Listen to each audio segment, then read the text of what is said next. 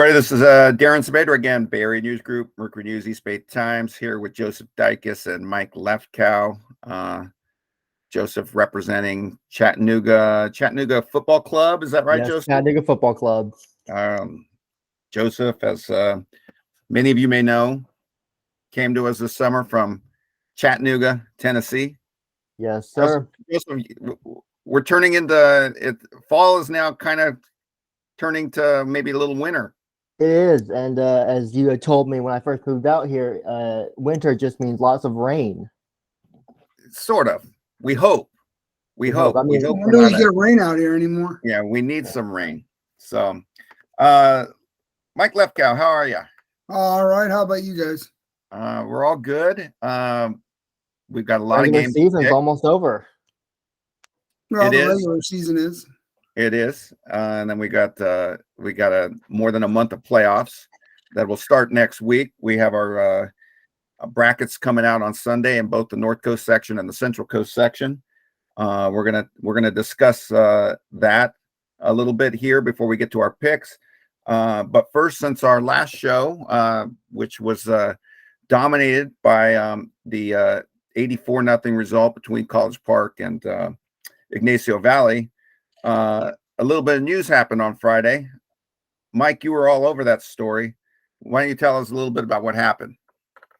Well, they suspended the College Park coach and athletic director for 2 games, and so they will not be on the sideline. Well, I mean, the athletic director usually isn't on the sideline, but Travis Ricidi, the coach, will not be on the sideline for Friday's game at Alhambra. How much game 2 of the suspension? Right, which will be the final game. He'll be back for the playoffs.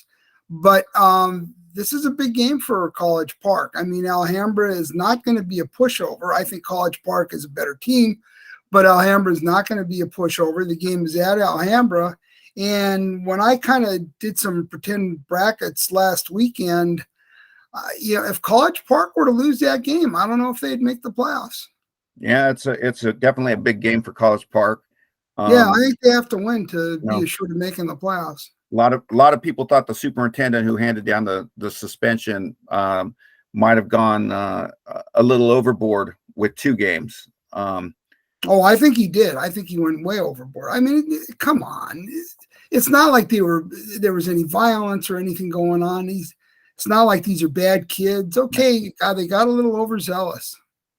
Reading the quotes from your story, it sounded as if he wanted to send a message.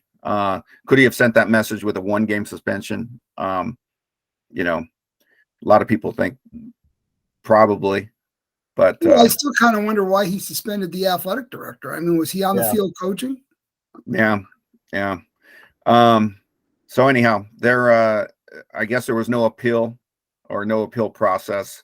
So Travis Ricidi and Jim Keck will sit out again this Friday night and keep their fingers crossed that the team wins as it did last week and moves on to the NCS playoffs next week, and Travis will be back on the sideline. Well, today's only Tuesday. I mean, if the to me, if the superintendent wanted to make it right, he would rescind the rest of the suspension and let Ricidi coach on Friday. Yeah. Do you think that's a possibility? Well, they let him go to the senior night activities last Friday, so he did soften it a little bit. I don't know. This guy strikes me as being someone who's not going to rescind it, but I think hopefully he'll do it. I mean, I don't think they deserve a 2-game suspension. All right. Before we get to the picks, let's move on to a little primer here for the NCS and CCS playoffs. We were discussing it off camera. We have 2 primary sections here in the Bay Area News Group coverage area. And as Joseph now knows, these 2 sections could not go at picking playoff teams any differently, huh? Right. CCS, they treat it like a science, like a math problem. And then the NCS, they're just kind of going off vibes. Yeah, the NCS divisions were already set pre-season. I mean, I think they were set, I think last spring. Isn't that when they come out, Lefty? Yeah, I think so, because it's been up on their website for quite some time. For a while. So we know which teams are in Division 1. We know which ones are in 2, 3, 4, and on down the line. Whereas the CCS, once they get done solving that mathematical equation on Sunday morning, all of their pieces will fall right into place. They're going to have 40 teams, 35 of which are automatic qualifiers out of their leagues. I mean, because the CCS breaks its leagues down into A leagues, B leagues, and C leagues, and A leagues get 4 AQs as in automatic qualifiers. B leagues get 2, and C leagues get 1. So we added that part up. That part was easy to add, I have to admit. 35 automatic qualifiers out of the 40 teams that will be in the CCS playoffs, which means there will be 5 at-large teams that the teams that emerge out of that equation that the CCS will try to solve on Sunday ever morning. make some mistakes in the addition and all these? You get a point There here, could be. half a There point could be. there, and then we have something to write about. Make that accusation last year, I think.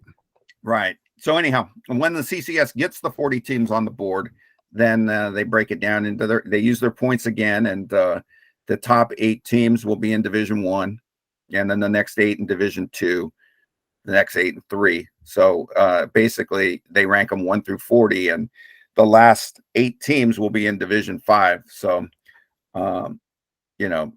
it makes for a great tournament, makes for very good games in the first round, as we wrote last year that the games in the CCS were far more competitive than the games in the North Coast section in the first round. But that being said, the CCS is knocking out some teams that if they were to use the NCS system, they might be in other divisions, because I mean, if you look at the NCS, this would be like putting Campo Lindo and Marin Catholic and some of the teams that are going to be in some of the other divisions all up there with De La Salle, Clayton, and the big boys. Right. And only one of them can emerge because the CIF now only allows section champions to play in regional games. So Lefty, what are you most looking forward to on Selection Sunday? We got a big game on Friday night that's going to determine some things in the NCS, because we got De La Salle traveling to Clayton Valley, and as we wrote in our Monday Morning Lights column, that is not a gimme for De La Salle. That is going to be a really, really competitive, tight game, with the winner probably ending up in the top half of the NCS Open/Division 1 bracket with Pittsburgh. So what do you think of that? What are you most looking forward to out of the NCS side of things on Sunday? Well, actually, I'm kind of looking forward to how some of the lower divisions are seeded, mainly divisions 2 and 3, and maybe even 4. I mean, obviously, the Clayton Valley De La Salle game is very intriguing, and that will determine a lot about the Open Division 1. But I mean, to me, it still comes down to 3 teams: Clayton Valley, De La Salle, and Pittsburgh. The other 5 teams, no disrespect, they're all good teams, but in a sense, they're kind of in there for show. I think Liberty might be a sleeper. Well, I would just Liberty only losing by 2 at Pittsburgh. Yeah, no, Liberty is a sleeper. I'm not sure that was a fluke, given what they've done since then. No, I'm not sure it was a fluke either. But at this point, I'm saying it's still going to be those, Clayton, De La Salle, and Pitt, and Liberty. It's still got long odds, I think. I mean, they've been very impressive, but they still have long odds. Joseph, what do you think? What are you looking forward to out of the NCS side of things on Sunday, and as we go into the final weekend, maybe even look at Friday? I mean, I'm kind of with Lefty. It's the lower sections divisions I'm more interested in, because we know, De La Salle, Pittsburgh, and Clayton Valley. Those are probably one of those 3 teams is probably going to come out of Open Division, and then Division 1. I need to pull it up again. Well, it's 2 divisions in 1, basically. So Open Division 1, 2 of those 3 teams are going to be left standing once the playoffs are over, playing in a regional. Right. But I agree with you in Division 2, Campo Lindo or San Ramon Valley, 2 teams you've seen. Yes. Who's the 1 seed out of that? I mean, if Campo's 10-0, Clayton and San Ramon is 8-2. I think San Ramon has probably played the tougher schedule, but at the same time, Campo's played a good schedule and they're 10-0. So Lefty, you think Camp? I think Campo's going to be the 1 seed, but that's me personally. I think that one's a little bit hard to call. I mean, I kind of San Ramon Valley has probably played a little bit tougher schedule, but Camp Lindo, I mean, they beat Aptos. Mm-hmm. They beat Windsor, I think.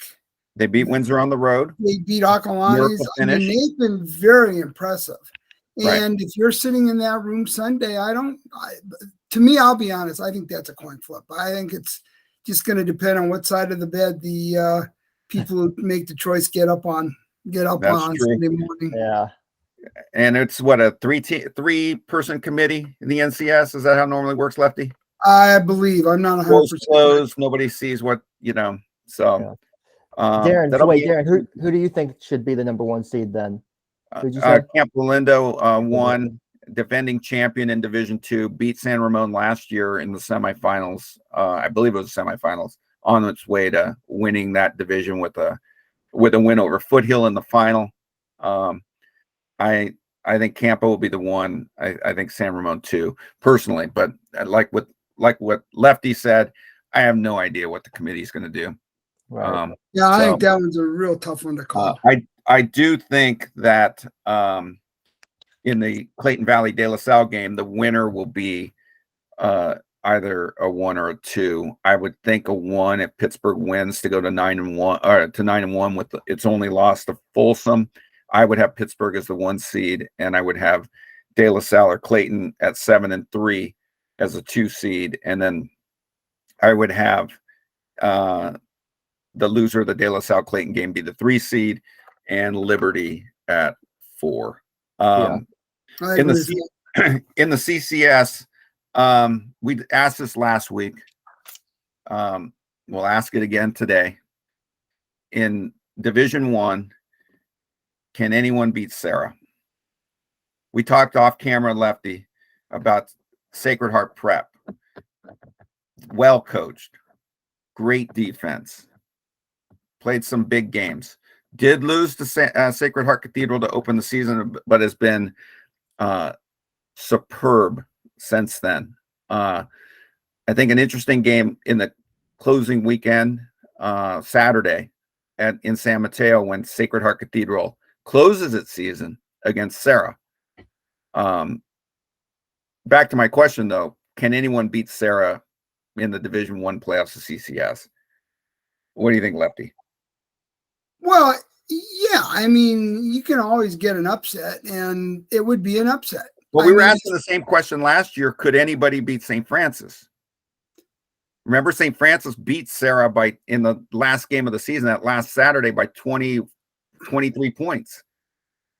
Remember when Teo ran for 345 yards against Sarah? And Sarah won in the playoffs. In the playoffs. I mean, if I were going to give just a straight answer, I'd say no. Sarah, to me, is a prohibitive favorite. I do not see them losing to Sacred Heart Prep. I do not see them losing to anybody from the West Cal that gets in there. But it's still, in a sense, schoolboy football. It's still games that are being contested between teenagers. Mm-hmm. The wrong kid has an argument with his girlfriend the night before, and who knows what happens. So, yeah, I mean, you could see an upset, and Sarah could have a bad game and lose, or one of their players gets hurt early in the game and can't go. But, no, I mean, if I'm going to make a pick, I'm saying Sarah all the way. Joseph, what do you think? I'm kind of with Lefty. I think Sarah obviously is a prohibitive favorite, and I don't see them losing. But like we've said on the show before, Sarah gets off to some slow starts some weeks, and maybe there is a team in the playoffs that catches them on a bad day, and the other team gets out to like a 24-3 lead or something, you know. And as we saw last year, that Division 1 bracket, I mean, there are no easy games. Nope. St. Francis found that out last year. They were the 1 seed. They played 8-seeded Aptos in the first round. And I want to say that was a tie score after 3 quarters before St. Francis exploded in the fourth. It was a very close game, I remember. Yeah. You look at Los Gatos and Bellarmine last year. And the only real blowouts last year were, I think Sarah blew out Bellarmine. And I think they beat Valley by a couple touchdowns. But those games were pretty darn competitive. So looking forward to that bracket. Looking forward to seeing how Division II shakes out, because we don't know who's going to be the 8th seed in Division I and the 1 seed in Division II. And we obviously know where Wilcox wants to be, right? They don't want to be the 8th seed in Division I. No, Right now, they don't. They want to be 1 or 2 in Division II. But right now, I'm guessing Wilcox might be the 8th seed in Division 1. Yeah. That's not what Paul Rosa wants to hear. Well, no, I'm sure Paul Rosa does not want to hear that. But I don't know. The way I had it was Mitty 5. I had Wilcox as the 8th seed in Division 1. I have both Wilcox and Los Gatos in Division 1. Oh, man, that's a shame for Wilcox. Well, it's going to be a shame for anybody who ends up being the 8th seed. But Yeah. anyhow, anything else to add about the playoffs before we get to the picks? Because we're going to zoom through these picks. We got 2 bonus games that Mike picked the games we're choosing, and he added 2 bonus games. I wanted those traditional games in there. Yep. Anything else to add playoff-wise, or we're ready to get to the picks? Let's get going. All right, game 1 on the list Thursday night at Branham. Pioneer, 8-1, 4-0 in the Santa Teresa Foothill Division of the Blossom Valley Athletic League will be taking on Branham, also 8-1, 4-0. Went through Max Preps. Pioneer 6-1 against Branham in the Max Preps era, and won last year 31-14. Joseph, you can lead us off. Who are you taking? You know what? I'll be at the game. I'm gonna take Branham. I think they'll win this year. History isn't on their side, but they have a good team this year. I mean, Pioneer does too, but William Augustine, good quarterback. Very good quarterback. Lefty, who you got? I'm going to go with Branham. When I mapped out the brackets last week, though, I did have both Branham and Pioneer making the playoffs. So, oh yeah, they're going to both make the playoffs. There's a bead league. 2 teams get in. I am taking Branham as well, and the computer also is taking Branham. I think it's going to be really close, and the computer agrees. Says CalPrep's computer says Branham 28, Pioneer 27. Berkeley and Irvington, we're going to be out there to tell. Berkeley's had a very nice season, great first season for David Perry, Berkeley alum who came over after parting ways with Bishop O'Dowd. Very solid season for the first-year coach. Berkeley at 6-3, playing Irvington at Tacfadena and Fremont. I got Berkeley winning this one. Lefty, who you got? I got Berkeley. Same. I've got Berkeley too. I think they've scored over 40 points in 3 straight games. So right, and CalPreps' computer says Berkeley big, 42-12. Rivalry game in Orinda, where Camp Alindo will travel right down the road to play Miramani. Miramani at 6-3. That's a tough league. I mean, Miramani, I know, Joseph, you like Miramani early in the season. We kept telling you that league is tough. Yeah. It's yeah. It's a tough league. It is a tough league. Campo at 9-0, 4-0. You saw Campo last week, Joseph. I did. What'd you think of Campo? Oh, they're good. They're good, and as many people on the Campo sideline reminded me of, I was silly to pick against Campo last week. Yeah, you took Las Lomas. We'll let you go it first. It looked good for a half, though. I'll give that. That's true. That's true. I was tipping my cap to you in the first half. Who you got this week? I'm not picking against Campo again. Camp Lindo wins. Lefty? Oh, I'm taking the Cougars. Camp Alindo's going to win that game. Yeah, and I got Campo, and the computer says Campo big, 48-21. Big game in Morgan Hill. Christopher, 8-1, 3-1, playing Live Oak, 8-1, 4-0. Lincoln San Jose is also 8-1, 3-1. Lincoln beat Christopher, but Live Oak beat Lincoln. So Christopher wins and Lincoln wins. I think Lincoln's playing Leland, right, Lefty? Pretty sure. I'd have to look. Yeah. Well, anyhow, so if Lincoln wins and Christopher wins, they will have a 3-way tie in the Mount Hamilton division of the BVAL. All of them are going to the playoffs because it's an A league, and the top 4 teams in that division go to the playoffs. But this is for a league title. I got Live Oak winning. Should be really close. Christopher is 5-7 against Live Oak, by the way. And this is a rivalry game because Christopher's right down the road in Gilroy. So, but I got Live Oak winning narrowly. Lefty, who you got? Yeah, I'm going with Live Oak. I just felt a little better about going with Live Oak in this game. Joseph? Yeah, I'm gonna go with Live Oak too. And the computer's going with Christopher, 24-22. What does the computer know, right? What does the computer know? Right. Well, it has Christopher rated a little higher overall than Live Oaks. Live Oaks won 3 out of the last 4 in this series, but 2 of them have been really close. 14-13 in 2018, or no, 14-13 last year, I think, and then 33-31 in 2018. Heritage and Liberty. What do they call this? The Brentwood Bowl?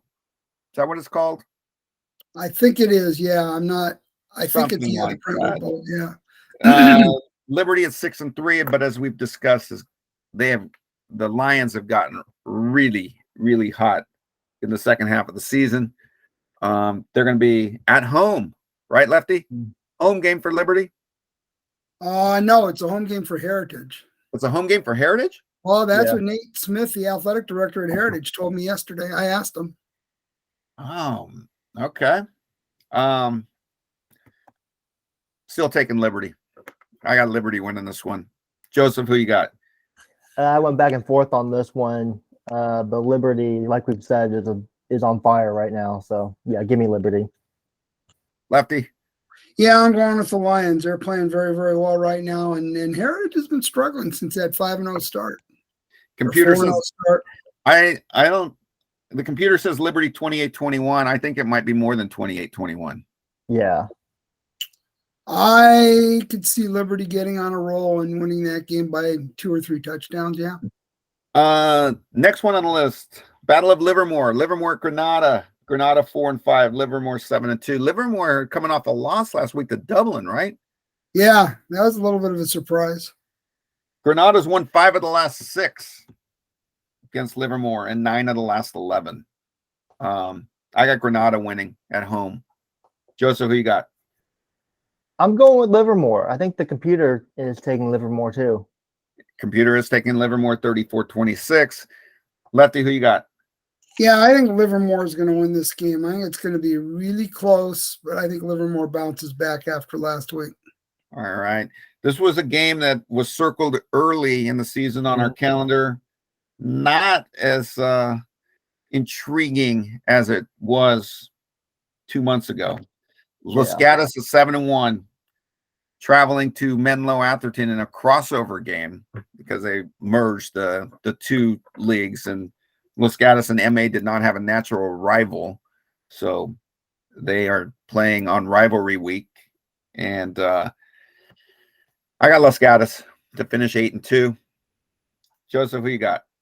Yeah, I think Los Gatos wins by 2 touchdowns.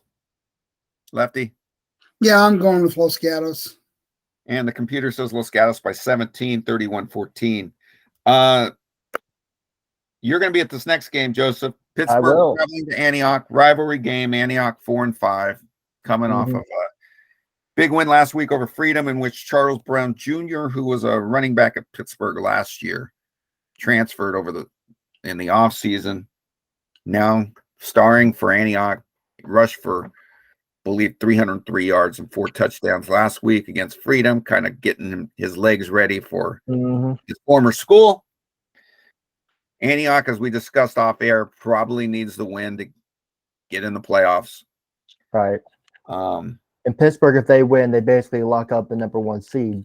I would think. I don't know how that committee is going to do it. So don't be surprised if De La Salle wins on Friday. That De La Salle's 1 and Pittsburgh's 2. Pittsburgh is 2. Yes, not a lock. Do not write that. Okay. You can quote Victor Galley saying, "I think we should be the 1 seed," but the committee can do some strange things, as Lefty likes to say, right, Lefty? Oh, they do. So they don't go on points like CCS. Yes. So anyhow, that being said, I'm taking Pittsburgh. I think Jaden Rashada and the boys close out the season strong, finish 9-1. Lefty, who you got? Yeah, I'm gonna go with Pitt. I think that they're playing very well right now. Yeah, I'm gonna go Pitt, but maybe I'm trying to hype myself up for the game. Antioch has the kind of offense that can keep the ball away from Pittsburgh, which is the exact same thing we said about their game against Heritage, and then they blew out Heritage. Right. So probably not going to be close, but there's a chance. Computer says it won't be close. 42-13 Pittsburgh. Yeah, probably what's going to end up being. This next one will be close. Mm-hmm. St. Francis is 6-3. Traveling, well, not traveling. I mean, I haven't measured the distance, but I'd guess that Mountain View is closer to Foothill College in Los Altos Hills than Mitty is. So, but anyhow, Foothill College is Mitty's home field because it has lights. So Mitty will be the home team playing St. Francis. It's Mitty's senior night, and as we wrote in Monday Morning Lights, this is a special senior class for the Mitty Monarchs. These kids, Wills Towers, Danny Scudero, they took their lumps as sophomores, having to play that spring 2021 pandemic year so Mitty could have a varsity. And then the lumps continued last fall as Mitty went 1-9. They're bidding for an 8-win season and a second place finish in the WCAL with a win Friday night against St. Francis. Quite a turnaround, right, Lefty, for Danny? Yes, Sullivan? it is. It's been a great year for Mitty. Wills Towers obviously back at quarterback for Mitty. He returned last week against Valley Christian. Matt Doherty missed last week's game for St. Francis. The backup quarterback, Aaron Knapp, had a terrific game for St. Francis. Coach Calcagna says that they think that Doherty will be back this week. I think it's going to be a great game. I'm taking Mitty to win narrowly. 1 or 2 points. Lefty, who you got? Yeah, I went back and forth on this game, but I finally decided to go with Mitty. I just think it's their year. They have not swept the Southern schools. They're all in the South. They have not swept their Southern WCAL mates since 2013. And they've already beaten Bellarmine and Valley Christian. Joseph, who you got? I think it'll stay that way. I'm going to go with St. Francis. St. Francis for Joseph, and the computer says St. Francis 26 and Mitty 21. I love the computer all of a sudden. There you go. St. Mary's Berkeley, undefeated 9-0, traveling to Vallejo to face St. Patrick St. Vincent, also undefeated 8-0. This will be for the TCAL Stone Division Championship. St. Mary's Berkeley, man, 260 points to 43 allowed. But St. Patrick St. Vincent's is approaching 400 points on the year at 393. Yeesh. St. Patrick St. Vincent's at home. I'm taking them to win. Joseph, who you got? Oh, I went back and forth on this one. St. Mary's of Berkeley, I'll take them, but I don't feel good about it. St. Mary's of Berkeley, Albany, somewhere in there. The back entrance is Albany. The front entrance is Berkeley. School's right down the middle. Pretty campus, I will say that. All right. So Joseph's taking St. Mary's. Lefty, who you got? I'm going to go with St. Patrick, St. Vincent. I think being at home will be the difference. Computer says St. Patrick St. Vincent will win this game 38-31, meaning that they will score almost as many points as St. Mary's has allowed in its first 9 games. They've got a good team, SPSV. They've got an explosive offense. I remember the coach telling me they had some good skill people. All right, let's cruise through a few more picks before we get to the big one. De La Salle Clayton. San Ramon Valley Monte Vista. Monte Vista having a down year at 2-7, playing SRV 7-2. I got SRV winning this one. Lefty, who you got? Yeah, I'm taking San Ramon Valley. Joseph? Yeah, San Ramon Valley. And the computer says San Ramon 41-14. Big game in the West Valley division of the Blossom Valley Athletic League. This one, it'll be interesting to see how the tiebreaker works. There will be no tiebreaker if Willow Glen wins because they'll win the division. There's only one spot into CCS out of this league. Willow Glen at Del Mar. Del Mar is 5-1, 6-3. Willow Glen 7-2, 6-0. Mount Pleasant also is 5-1 in the league. I got Willow Glen winning this one to close the deal and to advance to CCS. Lefty, who you got? Yeah, I'm picking Willow Glen. Joseph? I'll go with Del Mar. They're playing Del at home. Mar. You're going to make it difficult. They're going to have to pick between, if that happens, they're going to have to pick between Del Mar, Willow Glen, and Mount Pleasant. We love CCS. chaos. Computer says Willow Glen 31-24. A few more games. What do we got? San Mateo against Burlingame. That is the what do they call the game in Antioch? The Antioch Pittsburgh game is the big little game. This is called the little big game. Big game. Little Some big edition. game. Yes. Burlingame has in the Max Preps era has won 17. I think 17 out of the last 18. Burlingame is 58, 32, and 4 all time in a series that started in 1927. Yeah, I think this is considered the second oldest rivalry in the Bay Area behind Antioch and Pitt. Yeah, I am. I'm old, but not that old. I wasn't around for the first game, 1927. Lefty, you weren't there either. No. I got Burlingame winning. Lefty, who you got? Yeah, I'm going with Burlingame, although San Mateo might make it interesting. Yeah, I'm going to go Burlingame as well. This is the traditional Saturday morning game, kickoff at 11 a.m. Burlingame's a home team according to Max Preps. Sacred Heart Cathedral at Sarah, Saturday afternoon. Sarah closing in on his first 10-0 season ever, Lefty, ever. They went 9-0 in 1954 and 8-0 in 1949. And I think I'm pretty sure they were undefeated in the pandemic year too, the spring pandemic season. Yeah, but would they play 5 games? 5 or 6, something like that. I got Sarah closing the deal, going 10-0, and they will win their home finale, their regular season finale on Saturday. Lefty, what do you got? I got Sarah going 10-0. Joseph? I have Sarah going 10-0 too, but like we said off air, I mean, Sacred Heart Cathedral's got the guys to make it interesting for a while. All right. 2 bonus games, rivalry games before we get to the De La Salle Clayton pick. Menlo, Sacred Heart Prep. Sacred Heart Prep 8-1. Menlo won this game last year, 18-15. Menlo will not win this game this year. Sacred Heart Prep will close a 9-1 season, in my opinion, and win this one. Joseph, who you got? Sacred Heart Prep. Lefty? Yeah, I'm going with Sacred Heart Prep. And the computer says Sacred Heart Prep 28-6. Lefty, you added this game late. Fremont of Sunnyvale against Homestead. This is a long-running series too, right? Yeah, another traditional rivalry that started in 1963. Wow. Started right after this. I think it was right after Homestead opened. They started. Homestead, famous alum. Do you guys know?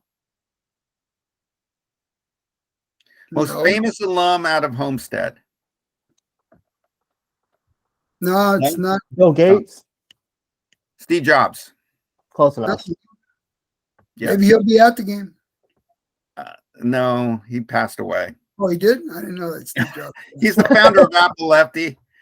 What's that? He's the founder. Yeah. Oh man. We gotta catch up on who's alive and who's not. Lefty knows plenty about high school football, but don't ask him about the iPhone or the Mac. Well, Anyhow, he couldn't have been that old when he died. no, he died. He had, I believe he had cancer. I forgot that. It's been at least a decade now.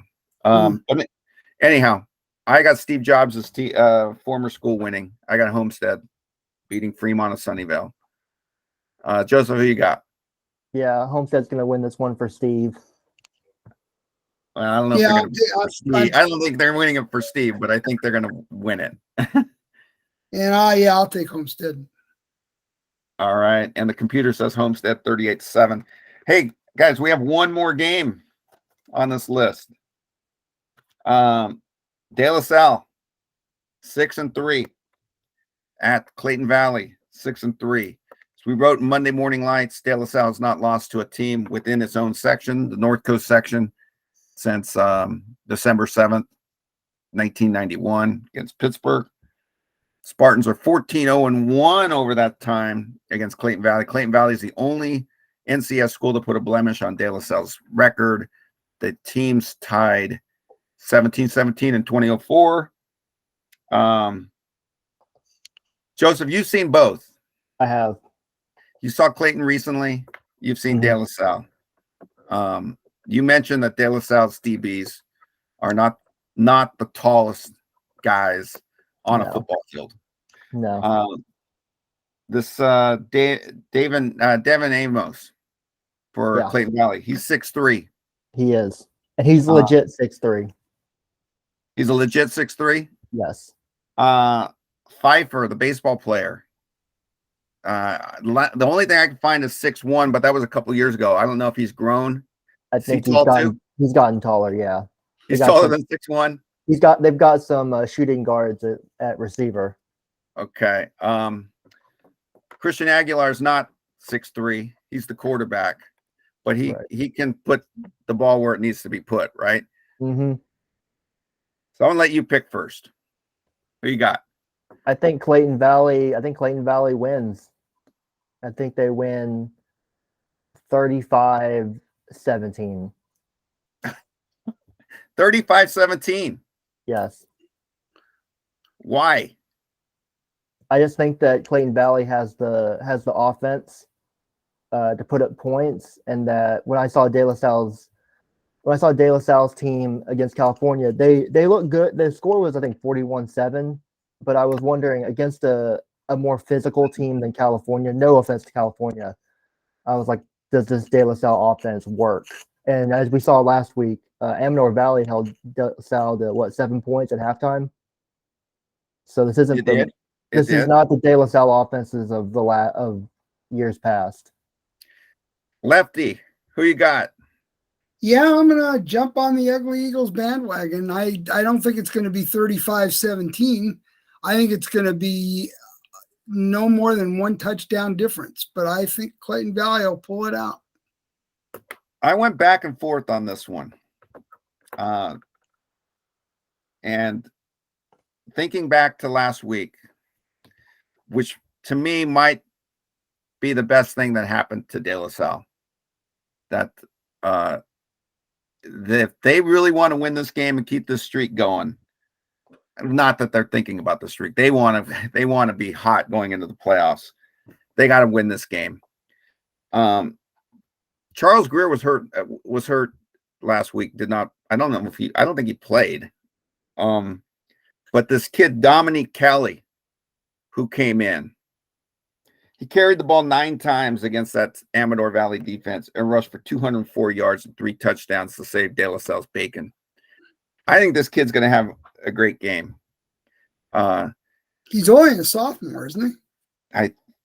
I didn't look, but I'll trust you on that. I saw him when they played St. Mary's at Stockton. I was very impressed with him. I think this can be incredibly close, but I think this is the game that De La Salle wins to cement a 1 or a 2 seed in the NCS playoffs, to clear its path, to make it where they would play Pittsburgh in week 2 of the playoffs for that open division title. I don't know who's going to win that game, but I think De La Salle will win this game, and then Clayton will end up being a 3 seed and end up battling the loser of the Pittsburgh De La Salle game for an NCS playoff berth. I mean, not NCS, CIF regional playoff berth. So I'm taking the Spartans to win close. The computer says De La Salle 31, Clayton Valley 26. I can see it being about like that. Yeah, no, I can see a very close game. But in the defense of Joseph's pick, 35-17, I think if this game gets away from De La Salle, I could see Joseph's pick more than Clayton Valley winning a close game. I could see the score being, I could see a couple of score difference if Clayton Valley gets it rolling, but we will see. I can't wait. I will be there in Concord at Clayton Valley on Friday night. Lefty, anything else to add? I mean, this is a awesome way to finish the season with Clayton and De La Salle going at it with that NCS streak on the line. Well, I think the one good thing about it is that we're divided on who we're picking as a winner. I mean, you never picked against De La Salle in the past, and now at least 2 of us are. So, yeah, it's things are coming back to being a little bit more even now. Right. And why are you picking against De La Salle before we close the show? I just think Clayton is playing it just really in a nice groove right now. I think the defense is playing well. The offense is doing a good job. And I think they're well coached. Of course, I think both schools are well coached. Mm-hmm. But I don't know. Clayton just seems to be in a nice little groove right now. I can't wait to see it. Look for our covers, mercurynews.com, eastbaytimes.com. Check us out all weekend. We will have the schedules out when the brackets come out on Sunday. We will have analysis. We're gonna pick winners in these divisions, not on Sunday, but I believe Tuesday is what we've planned to have our more analysis, and each of us are going to pick a winner for each division in both sections. So check us out. Sign up for a digital subscription as we move into playoff season. Cannot wait to get that going. And you guys have a great week. Anything else to add? We're all good? Sorry for the playoffs to start. Yep. All right.